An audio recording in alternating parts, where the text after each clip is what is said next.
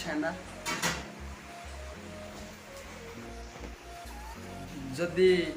मो चैनल को YouTube channel को जदि प्रथम थर आपण मैंने देखुं कि विजिट कर चैनल को लाइक एंड सब्सक्राइब करंतु एंड पाखर थिबा बेल आइकन को प्रेस कर दियंतु। प्रथम तेल दाड़ी देछु पकईछु गरम कर दिछु देन चीनी पकईछु सेटा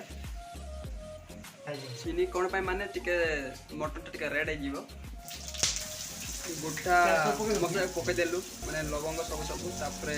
प्याज पकाइला एटा पानी गरम करा होची काहे कि ना टिके मटन जोड़ाटा कर देबा पड़िबो